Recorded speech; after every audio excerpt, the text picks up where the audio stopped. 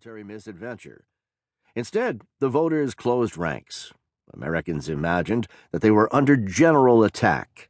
In Dubuque, they bought tape to seal their doors and windows against chemical attack. In Dallas, they stopped opening their mail, afraid that the towelheads were aiming to poison them.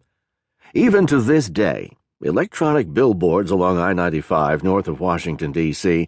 tell travelers to report suspicious activity. Another says, terror tips. Call 1-800-4XX-XXXX. I was tempted to call to ask for a tip, but this would surely get us on a list of suspects. The war on terror soon proved a letdown. As far as we know, not once in 10 years was a truck spotted headed south on I-95 with Arab fanatics at the wheel and drums of fertilizer and gasoline in the back. The terrorists went limp. The terror hotlines were silent. Apparently the terror pros were dead or under deep cover, but the amateurs soon took over. In the years following the original terrorist strike, the media reported only 3 additional incidents worthy of comment. In one, a man tried to get his shoes to explode. In another, a man actually did scorch his own genitals before an alert passenger overpowered him and put out the blaze.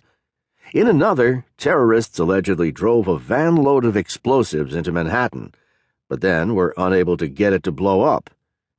There were real wars, too, even more expensive and even more absurd. The nation with the largest nuclear arsenal in the world accused poor, desolate Iraq of having weapons of mass destruction, WMDs.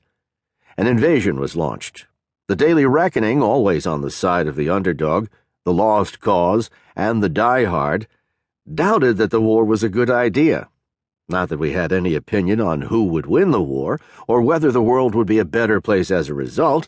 We just thought it was mildly indecent for such a big country to pick on such a small one. Readers were incensed. Many wrote to accuse us of a lack of patriotism. We pled nolo contendere. Some wrote to suggest that the U.S. Air Force should drop bombs on us, too. We were in Paris at the time. Had the French not refused flyover rights to U.S. bombers, one of them might have done it. Those were heady times. Imaginations ran wild. Besides Iraq, there was Afghanistan, and more bombast, bickering, and bunkum. No WMDs were ever found. These wars made little sense in terms of U.S. strategic interests, said critics. But perhaps they missed the point. Men have desires. History has destinations. Maybe the point was not to win, but to lose. The United States faced no real enemies or probable threats. Nature abhors a vacuum and detests a monopoly. After the Berlin Wall fell, the United States had a near monopoly on military power. She could not find a worthy opponent, so she had to create one. She sought to destroy herself by spending money she didn't have on wars she couldn't win. More on this in Chapter 4. Most of our attention in the Daily Reckoning was focused on what was going on in the world of money. Both politics and money are often absurd and funny. But the world of money is not lethal.